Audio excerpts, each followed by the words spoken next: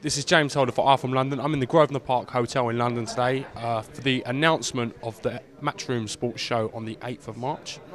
9th of March, excuse me. This is a bit of a first for iFILM London. Fighting on the bill, I've got Southern Area champion Danny Connor. You right, Dan? Hey, mate, you right? And I've got Chris EVANGELOU. All right, Chris? I'm doing well, mate. You alright?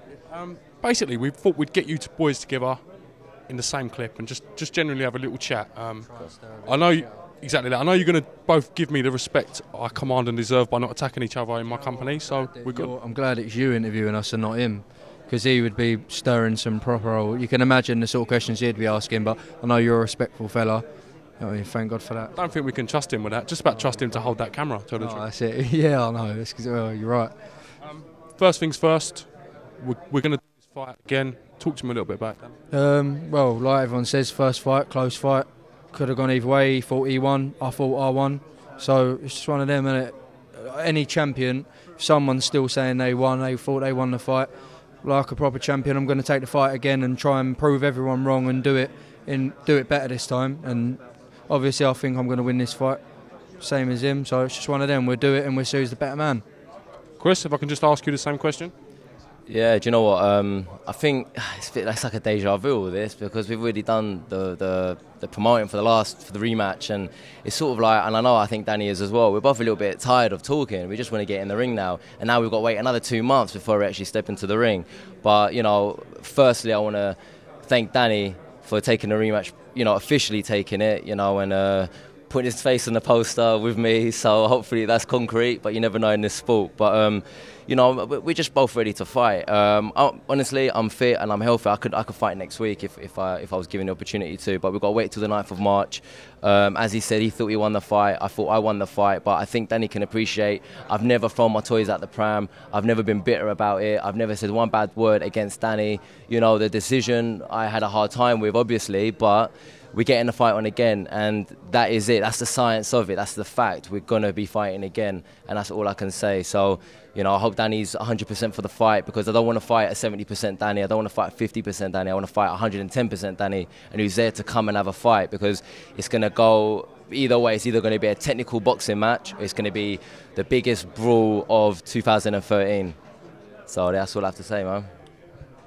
Again, Eddie Hearn, last time we was in the press conference, kind of questioned whether you won the fight or not. Well, you put him sharply in his place. Could you talk to me a little bit about that? At the end of the day, no disrespect to no one here, but Eddie's Chris's promoter. You know what I mean? If it was close, he's always going to beat on about it, because the rematch would make sense. It's going to sell a lot of tickets. It's all business, and it's business sense. He's going to say that it was a close fight, even if he didn't think it was. I'm not saying that that's what he thinks, but he's always going to say it was a close fight, because if it don't make money, it don't make sense, does it? So it makes this is going to make a few quid. He's going to sell probably twice the amount of tickets he sold last time, because there's been a bit of bantering going on Twitter with our fans and his fans. There's there's a bit of a bit of stuff going about. It is. You've got to hype it up, haven't you? So it's one of them.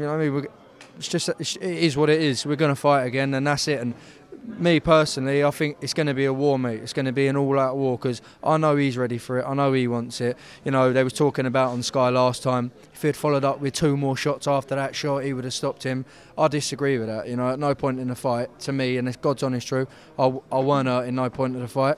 But there were big shots he caught me with, right? At the end of the day, so that's how it's going to. Actually, he caught me with a little cheeky body shot, and we're speaking about it in the fight, yeah. In the ring, we're talking about having a little banter. But at the end of the day, it's going to happen. Best man's going to win. And on the 10th of March, the day after, there's going to be no excuses from neither of us. We're both going to go in there and give 110%, and that's all there is to it. You know what I mean? Come 9th of March, how much would it mean for you to retain that Southern Area belt? Mate, listen, since I started in boxing, even when I first started amateur at Rose Hill ABC, mate, no one's ever really believed in me and thought that I was going to get anywhere with boxing. Since I've linked up with Alec Wilkie, who's my new my new trainer, it seems like I've been together forever. He's the only one who's looked out for me and tried to help me out. My manager Bruce does a good job with me as well. So of course it will mean the world to me to retain my title, and I'm going to retain it. You know what I mean? I'm 100% certain about that. Chris obviously ain't, but I'm telling everyone here I'm going to win that fight, and that belt's coming back to Mitcham with me, and that's all there is to it. You know what I mean? Chris, if I can ask you the same question. Repeat the question. What would it mean? You spoke a long time. What would it mean for you to have that Southern Area belt second time round, to win that title? Do you know what? Any boxer would tell you this. You know, this is the hardest sport in the world. Not because of physical. Yeah, we train hard, but it's so mental. You don't understand. Like when you're going to bed at night and all you're thinking of is boxing, and like you're sweating in bed and you're thinking, why am I thinking of boxing? I need to switch off. I need to switch off. It's the hardest, toughest sport in the world, and if you're not ready for it, it will eat you up. And you know, come the 9th of March, everyone says this, but I'm not fighting Danny Connor, the boxer. I'm fighting Danny Connor's dreams, because he's got aspirations in his life. He's got things that are going on in his life that I don't know about, that are personal to him. So when I'm fighting in that ring, I'm not just fighting Danny Connor, I'm fighting Danny Connor, the guy who's got to prove his point. The guy that's got to say, do you know what, people said I lost, and I respect that. And he knows I respect that, and I'm a respectful person, you know, and I know he gives me the same respect back, I hope. And I've got nothing bad to say. All I'm going to say is I'm going to hype this fight up so much, because I know deep down that I've got dreams, and I've always said this, you know, being a world champion, it's not in my dreams, it's in my diary. It's going to happen. And getting a Southern Area title is a stepping stone, but it's a big stepping stone. You know, 2012, I've said this, the world, you know, everyone was saying how the world's going to end, the Mayans saying this and that. It did end for me, because now I've got a new world. 2013 is a big, big year for me, and the first thing I have to do is clean up what happened in 2012. And come 9th of March, God willing, we step into that ring, and I'm looking at Danny Connor in the other corner. I'm going to give him a little smile, a little cheeky wink, and then it's on, and then that's it. And no more talk. All we do, we do this for the talking. That's it. That's all we do. It's going to be a big year for Chris, because it's going to be when he's hanging his gloves up. No, I'm only messing about. I had to get that one in. They want to talk about mamas. One in there.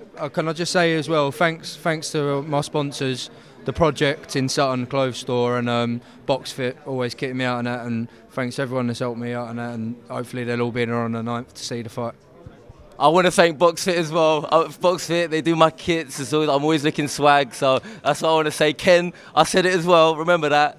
No, seriously, that was a good little cheeky comment. Well done, well done. I wasn't expecting that, but you know, let's get it on. Enough talking, enough said. Let's do it. I'm ready for this fight, baby. I'm ready. Let's do it. Let's do it. Let's do it.